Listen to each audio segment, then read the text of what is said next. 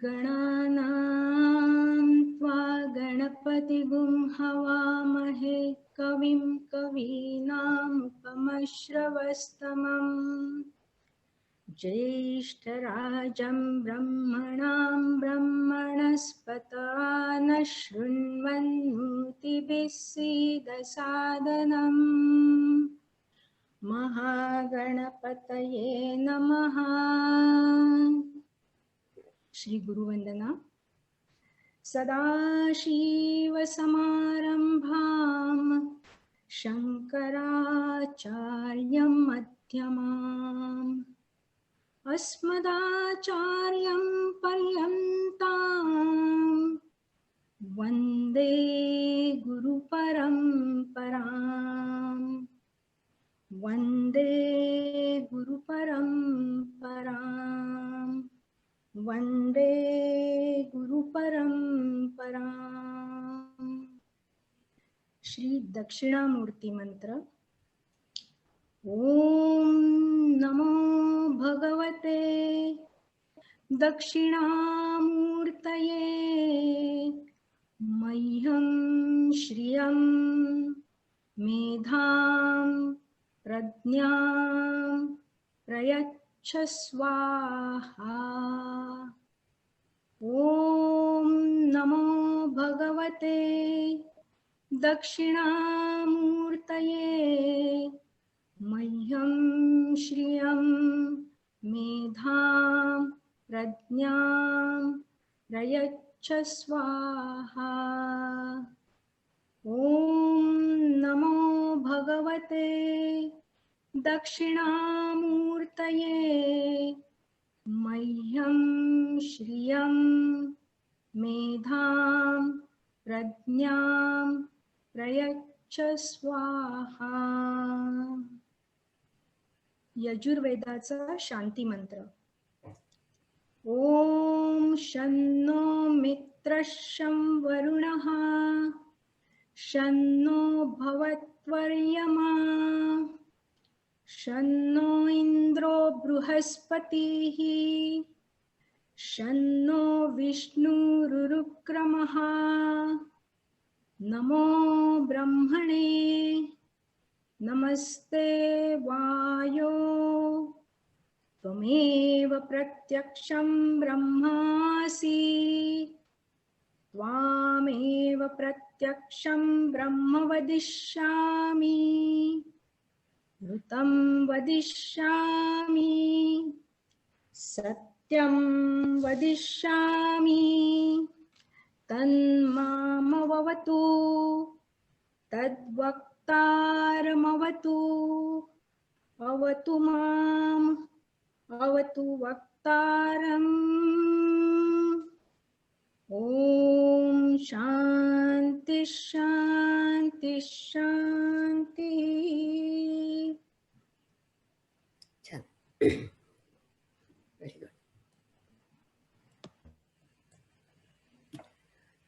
नमस्कार मंडळी. आज आपण आजच्या या व्याख्यानमालेतल्या शेवटच्या भाषणाकडे आलो आहोत. मागच्या सत्रांमध्ये आपण तैत्तरीय उपनिषदाचे 2 वल्ली पाहिल्या. वल्ली म्हणजे सेक्शन्स. एक म्हणजे शिक्षावल्ली आणि दुसरं म्हणजे ब्रह्मानंद वल्ली. आणि आज आपण तिसरी वल्ली भृगुवल्ली बघणार आहोत. मागच्या सत्रामध्ये ब्रह्मानंद वल्लीतील महावाक्याबद्दल आपण पाहिलं आणि ब्रह्मानंद म्हणजे काय, त्या प्रकारचा आनंद कुठला असतो ते पाहिलं. सत्यम ज्ञानम अनंतम ब्रह्म हे या तैत्तरीय उपनिषदाचं महावाक्य आहे. म्हणजे त्याच्यामध्ये ब्रह्माची व्याख्या दिली आहे. ब्रह्म म्हणजे ज्यामुळे सर्व गोष्टींना अस्तित्व मिळतं ते. आणि त्यानंतर आपण आनंदाच्या पायऱ्या पाहिल्या. तो आनंद आणि ते ब्रह्मज्ञान कसं मिळवायचं त्याची प्रक्रिया पण आपल्या वेदामध्ये सांगितली आहे. अनेक प्रक्रिया आहेत. त्याच्यापैकी एक प्रक्रिया भृगुवल्ली बरोबर आपण बघणार आहोत. आता ब्रह्मज्ञान मिळवायचं म्हणजे ब्रह्मच म्हणजेच मीच आहे असं समजून पुढे जायचं आहे आणि हे अनुभवायचं आहे. तर हा कॉन्सेप्ट खूप अवघड आहे. सगळीकडे ब्रह्म आहे हा शब्दार्थ आपल्याला कळतो, कदाचित मतितार्थ पण कळेल, पण ते अनुभवायचं कसं? तर त्यासाठी वेदामध्ये अम, ज्या पद्धती सांगितल्या आहेत त्या पद्धतींपैकी ही एक पद्धत. पण ह्याच पद्धतीने सगळ्यांना जायला पाहिजे का? तर नाही. आपल्याकडे एक सोपा मार्ग सांगितला आहे, तो म्हणजे भक्ती मार्ग. भक्ती मार्गाने सुद्धा पुढे जाता येतं. पण आपण आत्ता जे उपनिषद बघतो आहोत, उपनिषदामध्ये ज्ञानमार्ग आहे आणि त्यासाठी वापरल्या जाणाऱ्या प्रोसेस ज्या आहेत, त्याच्यातली अष्टांग योगाची जे लोक अष्टांग योग शिकतात, त्यांना पंचकोश विचार ही जी प्रक्रिया आहे ती माहिती आहे. तर ती आपण आज बघणार आहोत. काल रजनीने एक छान प्रश्न विचारला होता. ती म्हटली, ब्रह्म जर सगळीकडे आहे, तर मग आपण मूर्तीची पूजा का करतो?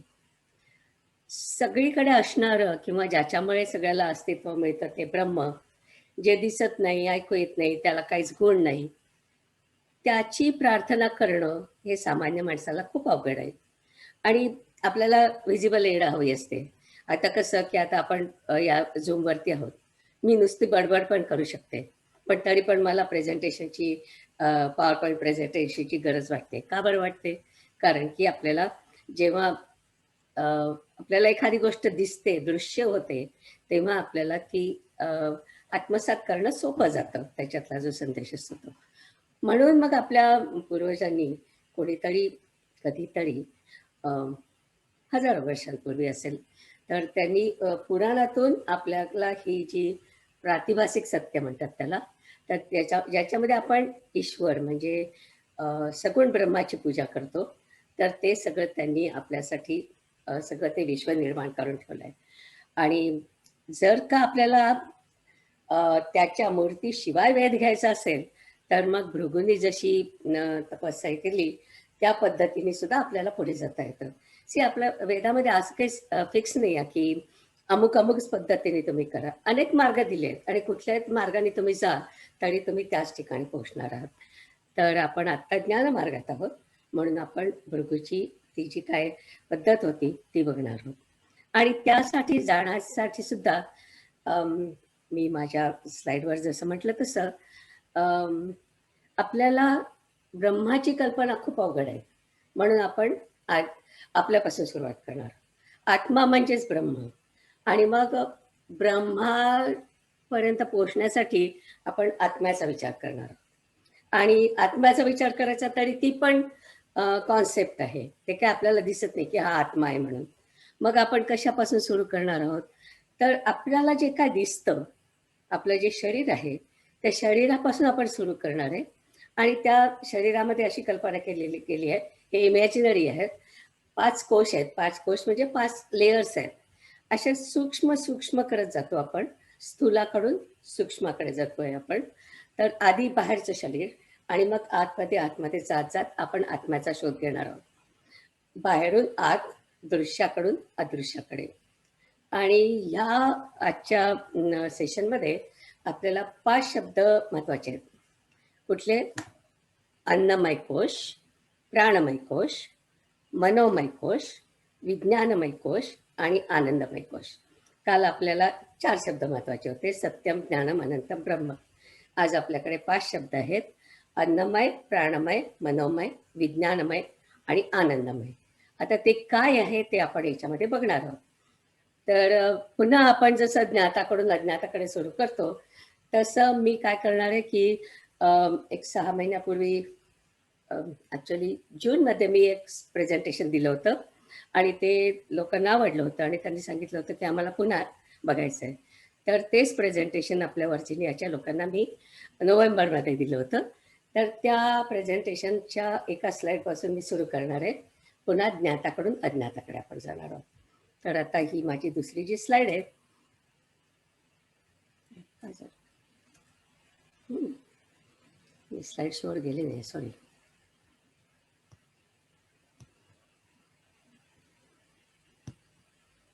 स्लाईड शो करते येते तुम्हाला.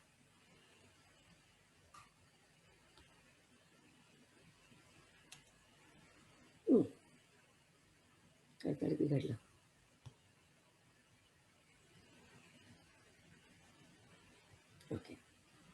या स्लाइडवरून मी दुसऱ्या स्लाइडवर जाते. ही माझी फेवरेट स्लाइड आहे, तुमच्या कोणाच्या लक्षात असेल तर. पुनर्जन्माची ही स्लाइड होती. तर याच्यातल्या बाकीच्या गोष्टी बघू नका, मी माझा पॉइंटर काढते उत्तम लेझर पॉइंटर. ओके, तर याच्यामध्ये आपण म्हटलं होतं की आपल्या शरीराचे 3 भाग समजले जातात. एक म्हणजे इथे माझा पॉइंटर आहे ते बघा, स्थूल शरीर. स्थूल शरीर म्हणजे काय, जे आपल्याला दिसते ते सगळं शरीर. म्हणजे नुसतं बाहेरून दिसतं तेच नाही. आपलं समजा ऑपरेशन केलं आणि आतडं बाहेर काढलं तर ते आतडं पण आपल्याला दिसू शकतं. तर असं जे काय सॉलिड आहे ते स्थूल शरीर झालं. नंतर आपले जे काय सेन्सेस आहेत ते, आणखीन आपल्या हातातली शक्ती, पायातली शक्ती, किंवा आपले जे पंचप्राण आपण म्हणतो की आपल्या श्वसनाचं, आणखीन आपली डायजेशन सिस्टीम वगैरे, ते सगळं जे आहे त्याला म्हणतात सूक्ष्म शरीर. तर आपण आधी पाहिलं स्थूल शरीर, आता माझा पॉइंटर जिथे आहे ते म्हटलं सूक्ष्म शरीर. आणखीन एक कॉन्सेप्टमध्ये आहे, त्याच्यात आपण जास्त काही बोलणार नाही, ते म्हणजे कारण शरीर. आता कारण शरीर म्हणजे काय, तर असं म्हणतात की ही ब्रह्माची इच्छा आहे आणि त्याच्यामुळे आपल्याला जन्म मिळतात. तर आता मी ही जी सायकल दाखवली आहे याच्यामध्ये अगदी थोडक्यात सांगते की इकडे एक ड्रम सारखं दिसतंय, तो डेटाबेस आहे. तर त्याच्यामध्ये तुमच्या सगळ्या जन्मांचं सगळं कर्म कलेक्ट केलं जातं. तर त्याला म्हणायचं संचित कर्म. त्याच्यातला एक चंक घेऊन आपण जन्माला येतो, ते म्हणजे प्रारब्ध कर्म, म्हणजे माझा हिरवा चौकोन. आणि ते घेऊन आपण जन्माला येतो आणि तेव्हाच सूक्ष्म शरीर, स्थूल शरीर, आत्मा वगैरे हे सगळं मिळून बेबी येते. आणि मग आपलं जेवढं काय प्रारब्ध असेल ते संपेपर्यंत आपला जन्म असतो. आणि नंतर मग ते प्रारब्ध कर्म संपलं की आपण जातो. आणि आपण जेव्हा जातो तेव्हा आपल्यातला जो आत्मा आहे तो ब्रह्मात विलीन होतो. आपलं जे काय पुण्यकर्म, पापकर्म आपण जे काय केलेलं असेल ते पुन्हा संचितमध्ये डिपॉझिट होतं. माझा जो इकडे ड्रॉप दिसतोय जाणारा तो. आणखीन त्याला आगामी कर्म म्हणतात, कारण आता हे सगळं पुढच्या जन्मासाठी डिपॉझिट झालं. आणि हा सगळा रेकॉर्ड कोण ठेवतं, तर कारण शरीर ठेवतं. आत्मा हा वेगळा आहे, आत्मा काहीच करत नाही, आत्मा नुसताच बसलेला असतो. जसं आपण मागच्या वेळी म्हटलं की सूर्य जसा असतो आकाशात तसा. आणि आता माधवीला काहीतरी आठवलं, मला माहित आहे तिला काय आठवलं ते. तुकारामांच्या बायकोचं तिला हे आठवला बहुतेक संवाद, की ती म्हणते की जसे की आमचे धनी काहीच करत नाही ना, नुसते बसतात घरात, तसा आत्मा नुसता बसतो, पण त्याचं अस्तित्व खूप महत्वाचं असतं घरामध्ये, राईट. तर तसा तो तुकारामांच्या बायकोचा संवाद आहे. तर तसा आत्मा नुसता बसतो, तो काही करत नाही, पण त्याच्यामुळे त्या सगळ्या गोष्टी घडत असतात. आणि आत्मा म्हणजे काय, तर आत्मा म्हणजे ब्रह्माचा एक भाग म्हणूया कसं तरी असं. ओके, तर हे झालं म्हणजे स्थूल शरीर, सूक्ष्म शरीर आणि कारण शरीर. आणि ते दाखवण्यासाठी मी ही स्लाइड आणली. तुम्ही ही बऱ्याच वेळा पाहिली आहे, म्हणून मला वाटलं की तिथून आपण सुरुवात करूया. तर आता यांनी काय केलंय, कोशाचा जेव्हा विचार केला तेव्हा या 3 भागांच्या पैकी स्थूल शरीर आपण जे म्हटलं, म्हणजे जे आपल्याला दिसतं सगळं, मी पुढची स्लाइड काढते.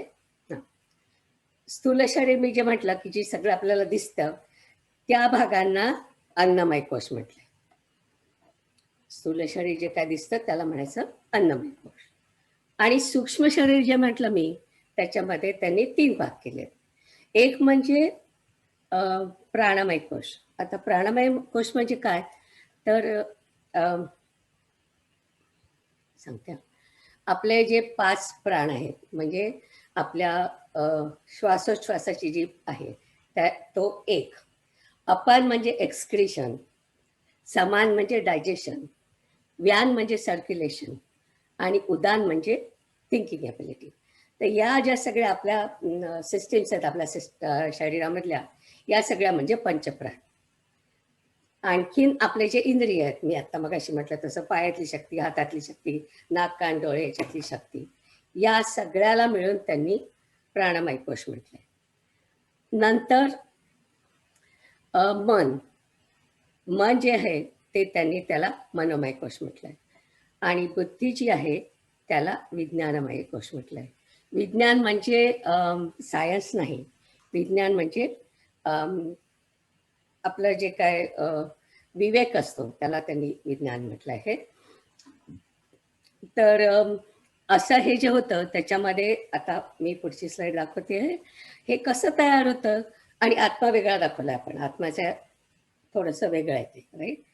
मग आता पुन्हा आपण बघूया. अन्नमय कोश म्हणजे जे काय आपल्याला दिसतं ते शरीर. प्राणमय कोश म्हणजे आपला पंचप्राण. पंचप्राण हा शब्द सगळ्यांना माहिती आहे. मनोमय कोश म्हणजे आपलं मन.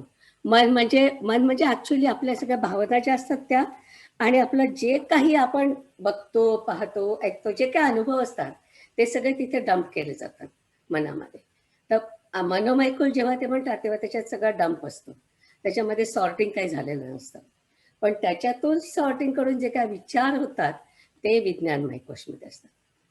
आणि आनंदमय कोश म्हणजे कारण ते म्हणजे ब्रह्माचा जो मग अशी तुम्हाला म्हटलं तसं ब्रह्माची इच्छा वगैरे, तो आनंदमय कोश. सध्या आनंदमय कोश बाजूला ठेवा. तर हे 5 आपल्याला कोश आज बघायचे आहेत. अन्नमय कोश, प्राणमय कोश, मनोमय कोश, विज्ञानमय कोश आणि आनंदमय कोश. आता आपण थोडं पुढे जाऊया. तर स्थूल शरीराचं आपण असं म्हणतात की ज्या दिसणाऱ्या गोष्टी आहेत त्याच्यामध्ये ब्रह्म आणि माया, राईट. आणि मी इथे घालते माझं पॉइंटर. ब्रह्म आणि माया याच्यापासून हे सगळं तयार झालेलं असतं. पुन्हा सूक्ष्म शरीरामध्ये ब्रह्म आणि माया आणि मग कारण शरीरामध्ये ती शरीर निर्माण होण्या मागची ब्रह्माची इच्छा म्हणून ते फक्त ब्रह्म असतं. तर आपण म्हणतो ना त्वं गुणत्रयातीतः त्वं देहत्रयातीतः, ते देहत्रय म्हणजे हे 3 देह आहेत, स्थूल, सूक्ष्म आणि कारण शरीर.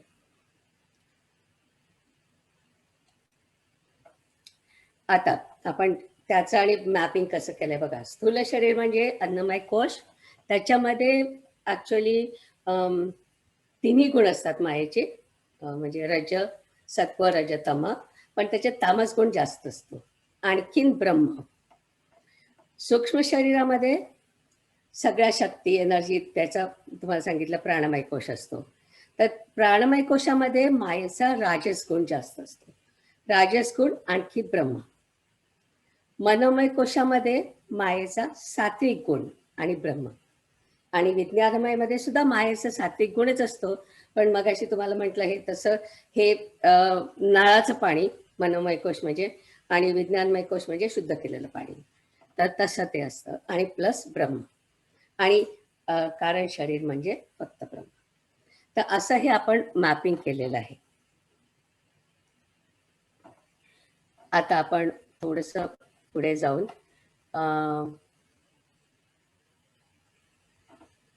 तुम्हाला हे सांगते की विज्ञानमय कोश. ओके. आता हे जे कोश आहेत, कोश म्हणजे मी तुम्हाला म्हटलं तसं लेअर. तर आता याच्यावरती मेडिटेशन करायचं आहे. म्हणून मग आता कसं म्हणतात की आपल्याला जे काय दिसतं त्याच्यापासून आपण सुरू करू. तर आपण अन्नमय कोश म्हणजे आपल्या शरीरापासून सुरू करू आणि आपण जसं आता मी तुम्हाला दाखवले तर त्या ऑर्डरमध्येच आपण ते एक एक लेअर बाजूला करणार आहे.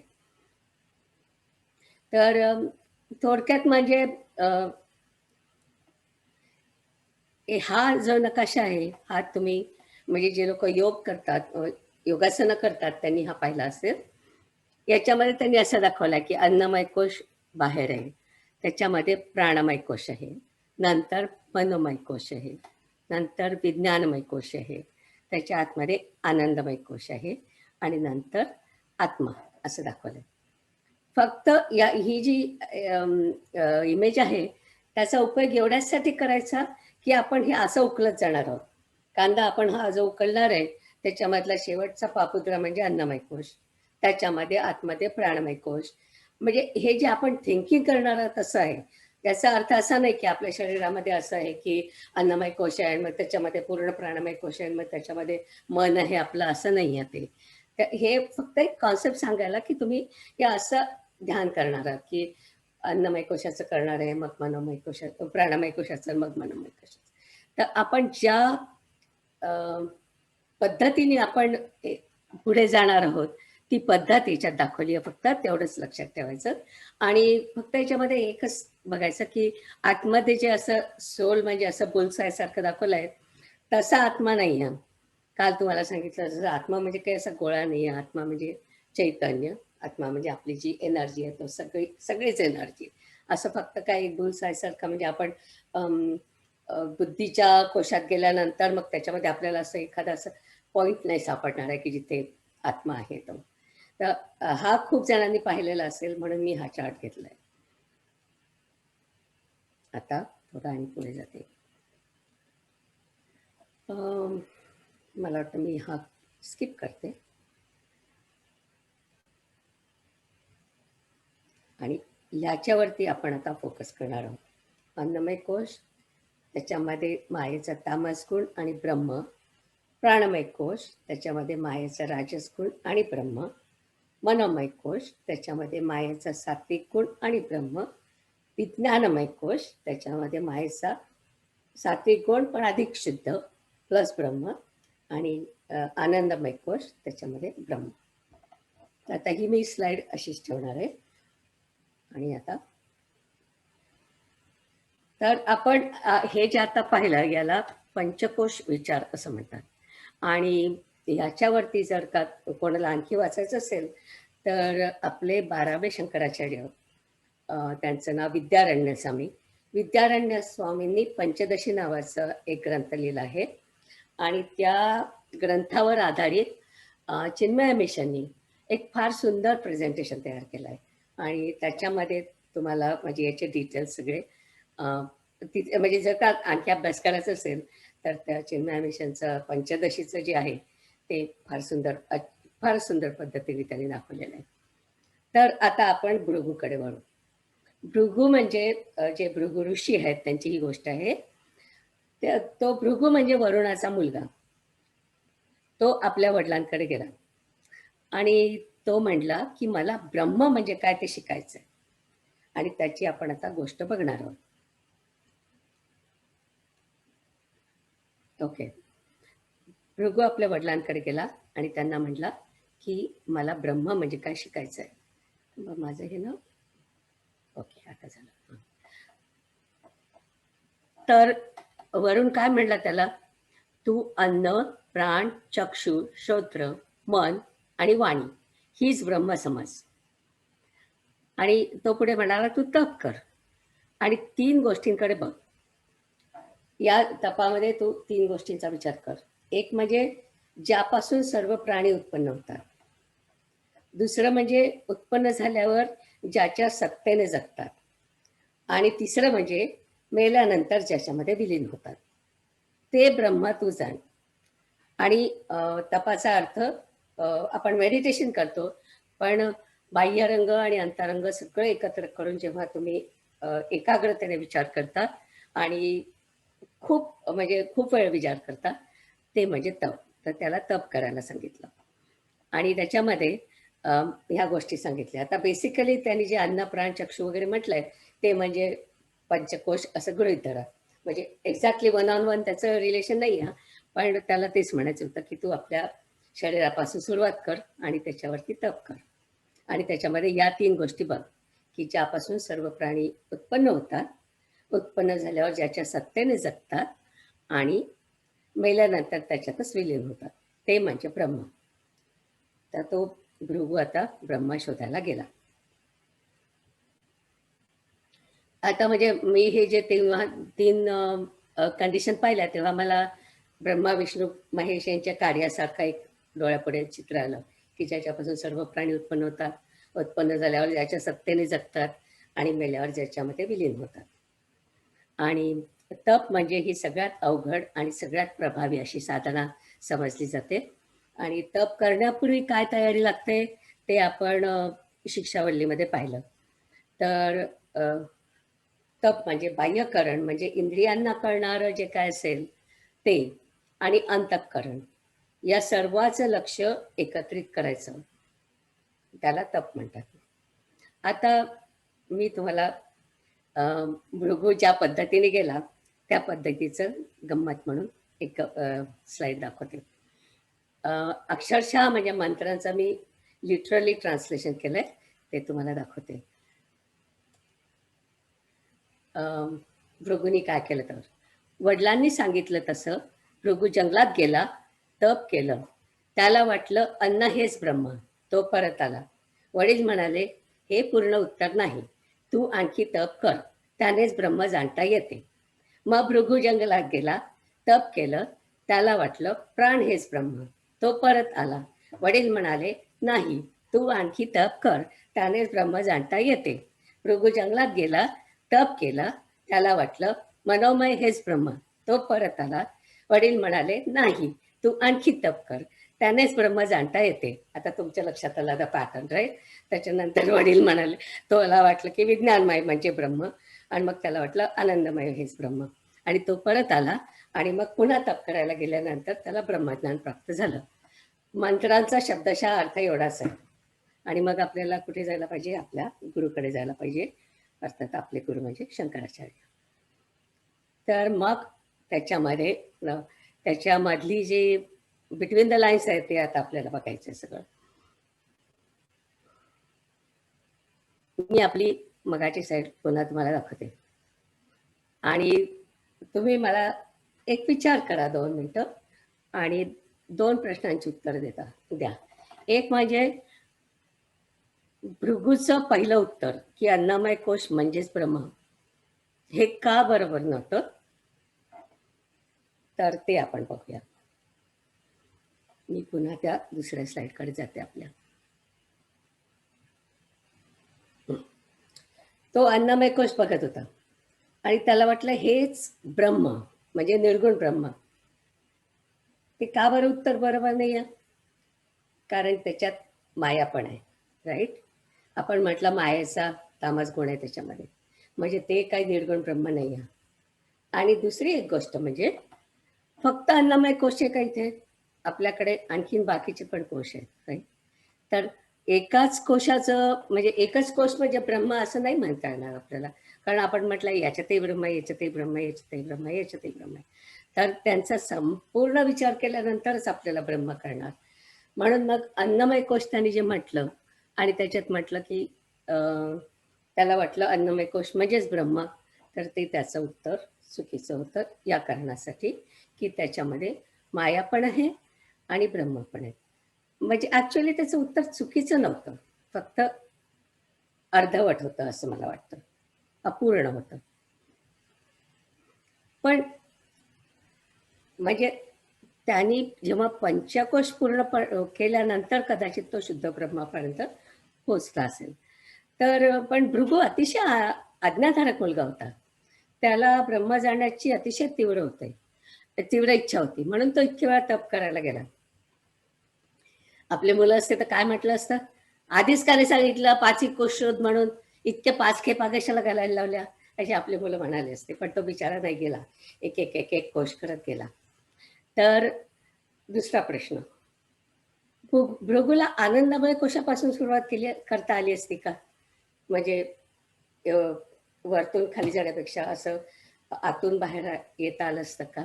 नाही, कारण की आनंदमय कोश हा फक्त कॉन्सेप्ट आहे, अदृश्य आहे, आणि आपण ज्ञाताकडून अज्ञाताकडे जातो, स्थूलाकडून सूक्ष्माकडे जातो. तर ज्या गोष्टी आपल्याला दिसत पण नाही त्यांच्या बाजूच्या गोष्टीवरून तिथे पोचायचं, त्याला अरुंधती न्याय म्हणतात. आता मी अरुंधती न्यायामध्ये जात नाही, कदाचित ज्यांनी लग्नाच्या वेळी अरुंधती पाहिली असेल आपल्या नवऱ्याबरोबर बायकांनी, त्यांना कळेल, किंवा म्हणजे कपल्सनी जेव्हा पाहिली असेल तेव्हा. पण असू द्या, तो भाग आपण आत्ता डिस्कस करू नये. तर तसं म्हणजे बाजूबाजूच्या यांनी आपण जाऊन त्याच्या पॉइंटर तिथे नेणार आहोत. तर आता भृगूच्या बाजूने विचार करू. अन्नमय कोश म्हणजेच ब्रह्म असं भृगूला का वाटलं? आपली स्लाइड त्याच्याकडे नव्हती म्हणून नाही, तसं नाही. तर आपल्याला भृगूच्या विचाराची जी पद्धत आहे ती समजून घ्यायची आहे. कारण तो पण अतिशय हुशार मुलगा होता आणि त्याचा जो दृष्टिकोन होता तो पण आपल्याला समजून घ्यायचा आहे. तर भृगूची पद्धत जी होती ती म्हणजे उलट बोलते. आपण जे बघत होतो ते आपण व्यक्तिगत कोशाबद्दल बोलत होतो. अन्नमय कोश म्हणजे आपण काय म्हणत होतो, आपलं शरीर. आणि हे सगळे जे कोश आपण जे काय म्हटले आपण शरीरापासून सुरू केलं. पण भृगू अतिशय हुशार होता. तर तो कुठे गेला? समष्टी पातळीवर. समष्टी म्हणजे काल तुम्हाला सांगितलं तसं. व्यष्टी म्हणजे व्यक्तिगत, समष्टी म्हणजे संपूर्ण ईश्वराचं. आणि हे जे आहे संपूर्ण सृष्टीचं जे आहे कोश, ते अगदी आपल्यासारखेच आहे. म्हणजे तुम्हाला तो नकाशा अगदी सारखाच दिसेल माझी जी स्लाइड आहे ती. फक्त इथे आपण आपल्या व्यक्तिगत शरीरावर विचार करत नाही. आपण संपूर्ण सृष्टीच त्याच्यावरचा विचार करतोय. तर सृष्टीतल्या ज्या स्थूल गोष्टी आहेत, झाडं आहे, पक्षी आहेत, प्राणी आहेत किंवा इव्हन माती आहे, ते जे सगळं स्थूल आहे त्याला सृष्टीचं जे स्थूल शरीर आहे त्याला विराट म्हणतात. विराट म्हणजे सृष्टीचं स्थूल शरीर. आणि त्याला पॅरलल असा आपण सृष्टीचा अन्नमय कोश घेतो. हा झाला समष्टी लेवलवरचा कोश. आणि आपलं जसं मी म्हटलं की सूक्ष्म शरीर आहे आपलं, त्याच्यामध्ये प्राणमय कोश आहे, मनोमय कोश आहे आणि विज्ञानमय कोश आहे. तसंच त्यांनी सृष्टीचं बघितलंय. पण सृष्टीच्या प्राणमय कोशामध्ये सगळ्या ज्या काही शक्ती आहेत, म्हणजे फक्त आपल्या शरीरातल्या शक्ती नाही, तर गुरुत्वाकर्षण वगैरे ज्या काही शक्ती आहेत त्या पण त्याच्यात इन्क्लुडेड आहेत. तर संपूर्ण जगाचा जेव्हा आपण विचार करतोय तेव्हा त्याच्या प्राणमय कोशामध्ये सगळ्या शक्ती आहेत ज्या काय अवेलेबल आहेत त्या. आणि त्याच्या सूक्ष्म शरीराला म्हणतात हिरण्यगर्भ. हा शब्द तुम्ही ऐकला असेल, हिरण्यगर्भ.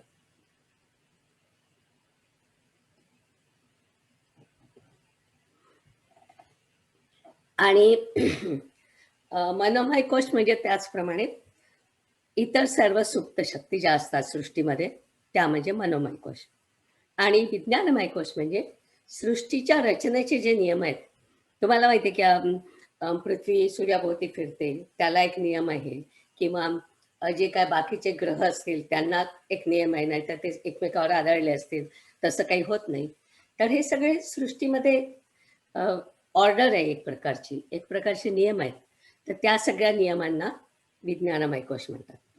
आणि अर्थातच आनंदमय कोश म्हणजे ईश्वर. आणि ईश्वर म्हणजे ब्रह्म प्लस माया. ते लक्षात ठेवायचं. ब्रह्म प्लस माया ईश्वर, तर तो आनंदमय कोश. ओके. आणि आपण जाणार आहोत ते स्थूलाकडून सूक्ष्माकडे जाणार आहोत. तर आता भृगूनी काय केलं? भृगूनी स्वतःच्या शरीराचा विचार करण्याच्या ऐवजी कुणीतरी माहित आहे,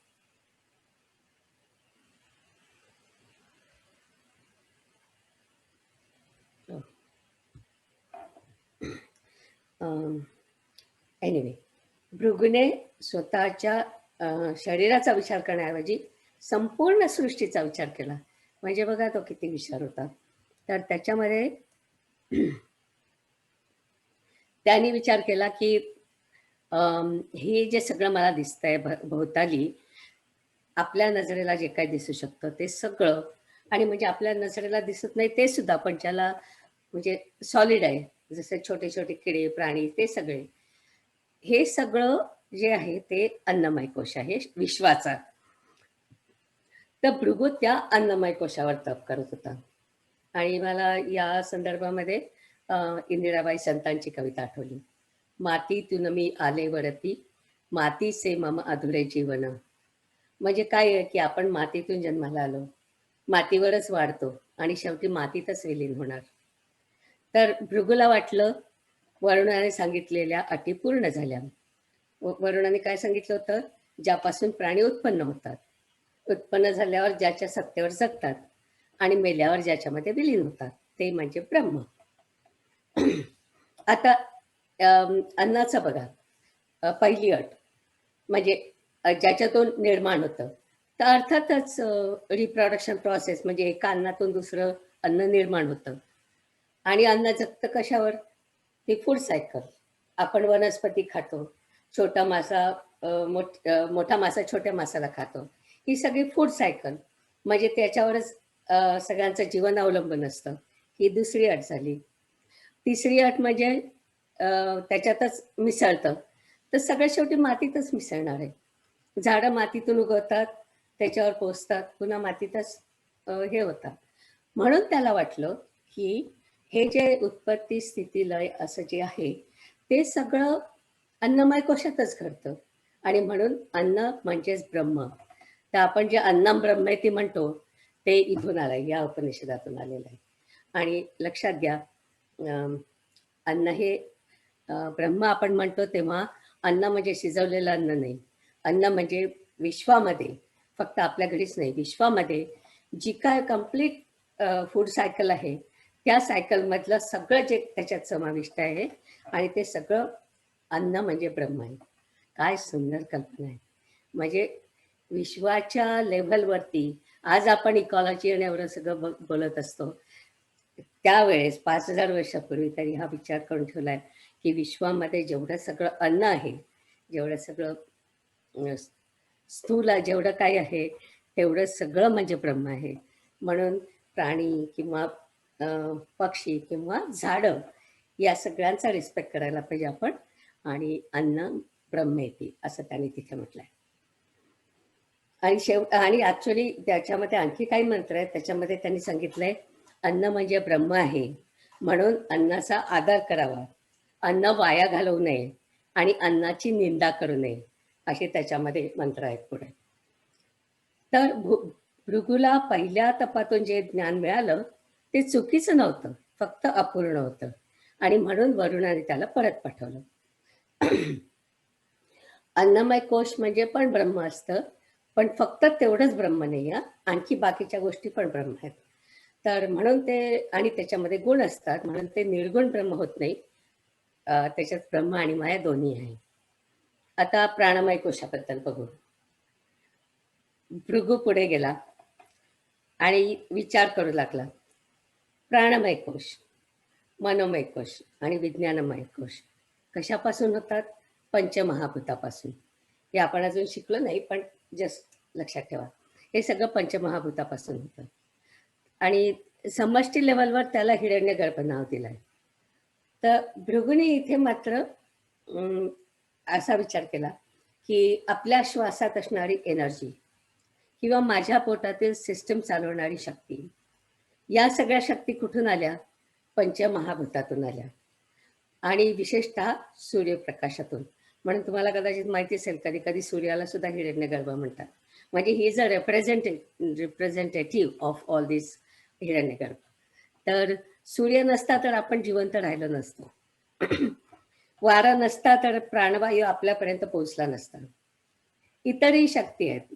अग्नी आहे, पाणी आहे. या सगळ्या पंचमहाभूतातून आपल्याला शक्ती मिळते. म्हणजे समष्टी तर म्हटलं तर हिरण्यगर्भ म्हणजे सृष्टीच्या या संकलित शक्तीमधून आपण जन्माला येतो. कारण स्थूल आणि सूक्ष्म शरीर हे पंचमहाभूतांचं झालेलं असतं आणि त्या प्रोसेसला पंचीकरण म्हणतात. तर ते तिथून आलेलं आहे. आणि शेवटी सगळ्या शक्ती हिरण्यगर्भातच विलीन होतात. आणि ह्याच्यामध्ये भृगूला आणखी एक महत्वाचा शोध लागला, की मरण म्हणजे फक्त विलिनीकरणाची प्रक्रिया. सॉरी, मी पुन्हा सांगते. मरण ही फक्त विलिनीकरणाची प्रक्रिया आहे. म्हणजे काय होतं, की आपल्या अंगातल्या ज्या शक्ती आहेत त्या इतर शक्तींमध्ये मिसळून जातात. आणि त्याच्यामध्ये आपण जसं फिजिक्समध्ये शिकलो, energy cannot be created or destroyed, हे तत्व भृगूच्या या विश्लेषणात आहे, या मंत्रामध्ये आहे. म्हणून त्याला वाटतं, की प्राणमय कोश समष्टी स्तरावर जर का बघितलं, तर म्हणजेच ब्रह्म आहे. पुन्हा त्याचं उत्तर चुकीचं नव्हतं. आपण आपल्या चार्टमध्ये बघूया.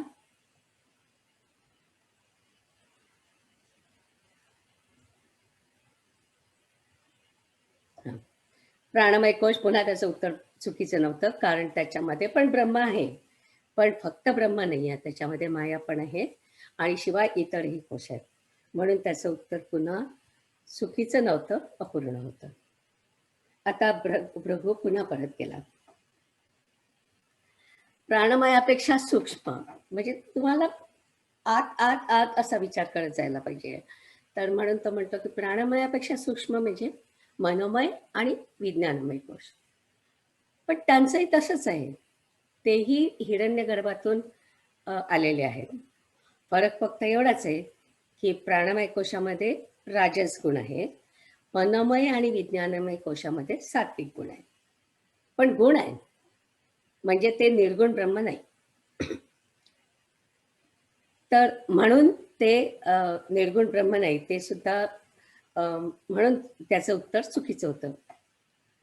असा एक एक कोश तो उलगडत जातो आणि शेवटी त्याला उरतो तो फक्त आनंद. आणि तेव्हा तो म्हणतो यतो वाचो निवर्तन्ते, म्हणजे जिथे शब्द संपतात ते एक्सप्लेन करायला की काय त्याला आनंद झालाय तो. अप्राप्य मनसासह, मनाला देखील ते आकलन होत नाही. अशा प्रकारचं जे ज्ञान आहे, अशा प्रकारचा जो आनंद आहे, तो म्हणजे ब्रह्मानंद आणि तो भृगूला प्राप्त झाला. तर काल आपण म्हटलं तसं आनंदाचे पण 3 प्रकार आहेत, मोद, प्रमोद आणि आनंद. आणि तृप्ततेची परिसीमा अशी आपण आनंदाची काल व्याख्या केली होती. तर ब्रह्मानंद जो असतो तो तृप्ततेची परिसीमा प्रमोद, त्याच्यामध्ये हा प्रकारचा आनंद येतो. असा हा त्या भृगूला आनंद प्राप्त झाला. तर पंचकोशाच्या पलीकडे जाऊन ब्रह्मानंदाचा शोध घ्यायचा असतो आणि त्याच्यासाठी तप ही साखळी आहे. तुम्हाला ते पहिल्या ह्याच्यातलं कदाचित आठवत असेल की मेडिटेशन करताना आपण पाहिलं होतं की पूर्वरूप, उत्तर रूप आणि तप ही साखळी. तर तशाच प्रकारचा मंत्र इथे आहे. तर त्याच्यामध्ये आपण ब्रह्मानंदाचा शोध घ्यायला जेव्हा जातोय तेव्हा तप ही साखळी आहे. मनुष्याचा अनुभव जितका व्यापक तितका आणि जितका आपला अनुभव सखोल तितका आनंद मोठा आणि तितका आनंद शुद्ध स्वरूपाचा असतो. तर आत्मज्ञानी माणसाचा हा आनंद असतो तो कायम टिकणारा असतो आणि अखंड असतो. आणि ब्रह्मानंद म्हणजे कधीही न संपणारा अनंत आनंद. आता तो प्राप्त झाला की जगातल्या क्षुल्लक गोष्टीचं, क्षणिक सुखदुःखाचं त्याला काहीच वाटत नाही. समष्टीचा विचार केला तर चैतन्य सगळीकडे भरलाय याचा त्याला अनुभव येतो. तर तो अनुभव भृगूने टप्प्याटप्प्याने घेतला. एक एक कोश उलगडत तो गेला आणि त्याला ब्रह्मानंदाची प्राप्ती झाली. मनुष्याच्या देहात असणारा आत्मा आणि विश्वात पसरलेलं ब्रह्मतत्व हे दोन्ही एकच आहे याच्यावर त्यांनी तर्क केलं होतं आणि त्याला खरं ब्रह्मज्ञान मिळालं. तर अशी ही पंचकोश विचाराची प्रक्रिया आहे. भृगूने ती आत्मसात केली, वापरली. आणखीही या भृगुवलीत अशी अनेक वाक्य आहेत की जी अशी म्हणजे सुभाषितासारखी आपल्या आयुष्यामध्ये येऊन गेली आहेत. पण आज फक्त आपण ओळखच करून घेतोय, म्हणून मला फक्त एवढंच सांगता आलं तुम्हाला. आणि आता आपण पुन्हा एकदा त्या सगळ्या क्वेश्चनमध्ये जाऊया आणि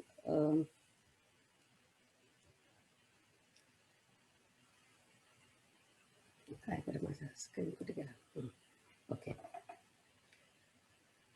तर अशा रीतीने जरी वरुणाने त्याला सांगितलं होतं आणि त्यांनी एक एक कोश उलगडत गेला तो, आणि त्यांनी जे उत्तरं सांगितली ते वरुणाला पटली नाही, तर तो पुन्हा पुन्हा गेला. पण तो जात होता समष्टी पातळीवर आणि तो एकेका कोशाचं बघत होता. म्हणून त्याला वाटत होतं अन्न हेच ब्रह्म, मग वाटत होतं प्राण हेच ब्रह्म, मग वाटत होतं मनोमय कोश म्हणजेच ब्रह्म, मग वाटत होतं विज्ञानमय कोश हेच ब्रह्म, आणि शेवटी आनंदमय कोशामध्ये जाऊन मग त्याला कळलं की अरे हे सगळेच ब्रह्म आहे. आता तुम्ही जर का माझ्या स्लाइडमध्ये बघाल तर ब्रह्म ब्रह्म ब्रह्म ब्रह्म ब्रह्म सगळीकडेच लिहिलेलं आहे. आणि मग तेच आपण म्हणतो ना की ब्रह्म हे सगळीकडेच आहे. त्याचा आधार सगळ्या जगाला आहे. त्याच्यामुळे सगळ्याला अस्तित्व मिळतं आणि ज्याच्यामुळे सगळ्याला अस्तित्व मिळतं ते म्हणजेच ब्रह्म. तर अशा प्रकारचा हा पंचकोश विचार आहे. मला माहिती आहे हा कॉन्सेप्ट खूप अवघड आहे आणि अनेक शब्द याच्यामध्ये आहेत. पण फक्त एक आपल्याला कल्पना येण्यासाठी मी आज हे प्रेझेंटेशन केलंय आणि आय होप तुम्हाला फार अगदी कन्फ्यूज झालेलं नसेल अशी अपेक्षा आहे. आज माझं फारच लवकर संपलं. आणि तुम्ही झालं का? नाही, एक मिनिट थांब. माधवीचं झालं की मग आमचं झालं असं म्हणायचं. तुम्ही माझा हा प्रयत्न 4 दिवस समजावून घेतला आणि हे ज्ञान खूप अफाट आहे, पण खूप सुंदर आहे. म्हणजे जेव्हा आपण शिकतो ना, तेव्हा आपल्याला वाटतं, अरे या ऋषींनी इतक्या वर्षांपूर्वी इतका कसा विचार करून ठेवलाय आणि मग आपल्याला आपल्या लिमिटेड नॉलेजची जाणीव होते आणि दरवेळी होते ही. असं वाटतं की बापरे! हे उपनिषद शिकलं की आता वाटतं आता हां, काही उपनिषद शिकलो ना, आता आपण अगदी खूप शहाणे झालो. मग पुढचं उपनिषद शिकलं की कळतं की आपल्याला किती अज्ञान आहे ते. असं ते एक प्रोसेस आहे ती आणि ती खूप सुंदर प्रोसेस आहे की त्याच्यामध्ये आपल्याला दरवेळी नवीन ज्ञान शिकल्याचा आनंद येतो आणि हे ज्ञान इतकी वर्ष, जवळ-जवळ 5,000 वर्ष टिकून आहे, त्याचं मला खरोखरच आश्चर्य वाटतं. आणि मला वाटतं हे टिकून राहिलं कारण हे त्यांनी जेव्हा जी मंत्र लिहिली आहेत, ती अशी क्रिप्टिक लिहिली आहे. म्हणजे आता मी तुम्हाला मगाशी सांगितलं, भृगूचं जे त्यांनी लिहिलंय, की भृगू जंगलात केला, तप केलं, त्याला वाटलं अन्नमय म्हणजेच ब्रह्म. पण त्याच्या मधला जो भाग आहे, तो तुम्हाला गुढीकडे जाऊन शिकावा लागतो आणि म्हणून ते ज्ञान असं ह्याच्यात राहिलं, कोशातच राहिलं असं मला वाटतं. आणि त्यामुळे त्याच्यामध्ये अर्थात डायल्युशन झालंच असेल, नक्कीच झालं असेल, पण तितक्या प्रमाणात झालं नाही, जितक्या प्रमाणात इतर ठिकाणी होऊ शकतं असं. आणि आता सुद्धा आपण जे काय बघतो, आपल्याला शिकायची जी संधी मिळाली, तर मला इथे एक नाव अगदी प्रकर्षाने सांगायचं आहे, की आपले जे गुरुदेव रानडे होते, he was one of the first one two translate it in English. आणि अनेक वर्षांपूर्वी त्यांनी ते ट्रान्सलेशन उपनिषदांचं ट्रान्सलेशन त्यांनी इंग्लिशमध्ये केलं होतं आणि त्यांचा खूप अभ्यास होता. त्यामुळे त्यांचं ट्रान्सलेशन म्हणजे नुसतं ट्रान्सलेशन नाही आहे, त्याच्यामध्ये सुद्धा बरंच ज्ञान आहे. पण मी जेव्हा गुरुदेवांचं जेव्हा पुस्तक वाचायला घेतलं, तेव्हा खरं म्हणजे मला काहीच कळलं नाही. कारण त्याच्यामध्ये अ, माझ्या मर्यादेच्या बाहेरचे खूप खूप विचार आहेत आणि माझी आता एवढीच अशी इच्छा आहे, की जेव्हा माझं ज्ञान आणखी वाढेल, तेव्हा कधीतरी मला गुरुदेव रानड्यांचं इंग्लिश पुस्तक वाचता येईल, अशी माझी इतकी तरी माझ्यामध्ये कॅपॅसिटी यावी, अशी माझी इच्छा आहे.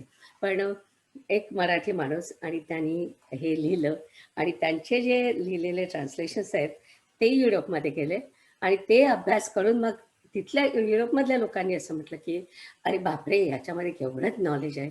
आणि मग त्यांनी आणखी अभ्यास करून मग आणखी पुढे ते वाढवलं गेलं. त्याच्यानंतर माझे गुरु दयानंद सरस्वती किंवा चिन्मयानंदजी त्यांच्या सगळ्यांच्यामुळे हे ज्ञान इंग्लिशमध्ये आलं आणि म्हणून ते आपल्यापर्यंत लवकर पोहोचू शकलं. मला वाटतं माझं संस्कृतचं नॉलेज जे आहे, ते संस्कृतचं नॉलेज मी जेव्हा वेदामधलं जे संस्कृत आहे ना, ते आपल्या संस्कृतपेक्षा आपल्या म्हणजे आपण जे शिकतो शाळेमध्ये त्याच्यापेक्षा खूप वेगळं आहे. आणि मग ते पतंजलीचे सगळे मंत्र वगैरे असं ते शिकायचं. तर माझं फक्त शिक्षण तिथपर्यंतच झालं. त्याच्यानंतर मी पुढे काही गेले नाही. त्यामुळे ॲक्चुअल वेदामधलं जे आहे ते मला अजून वाचता येत नाही. वाचता येतं म्हणजे वाचता येतं नुसतं, शब्दार्थ कळतो, मतितार्थ नाही कळत.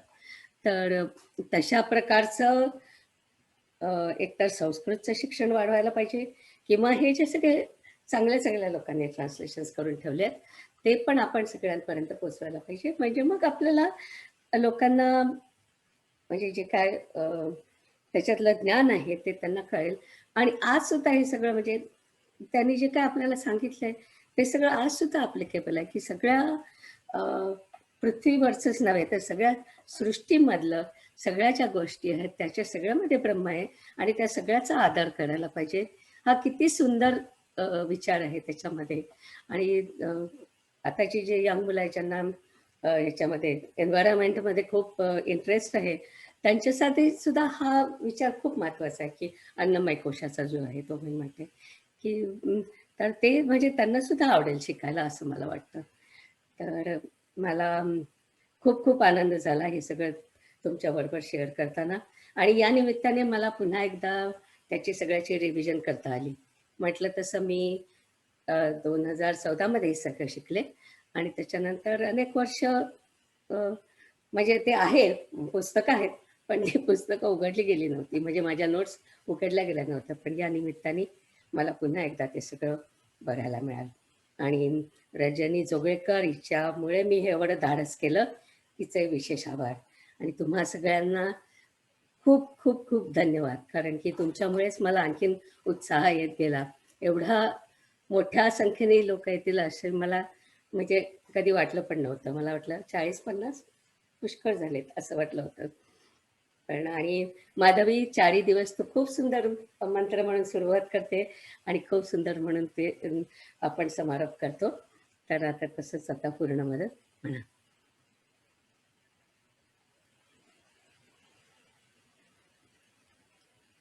माधवी म्यूटवर आहेस. कोणीतरी तिला अनम्यूट करा. नाही झालं, आता झालं. झालं. ॐ पूर्णमद पूर्णमिदं पूर्णात् पूर्णमुदच्यते पूर्णस्य पूर्णमादाय पूर्णमेवावशिष्यते. ॐ शान्ति शान्ति शान्तिः. थँक्यू.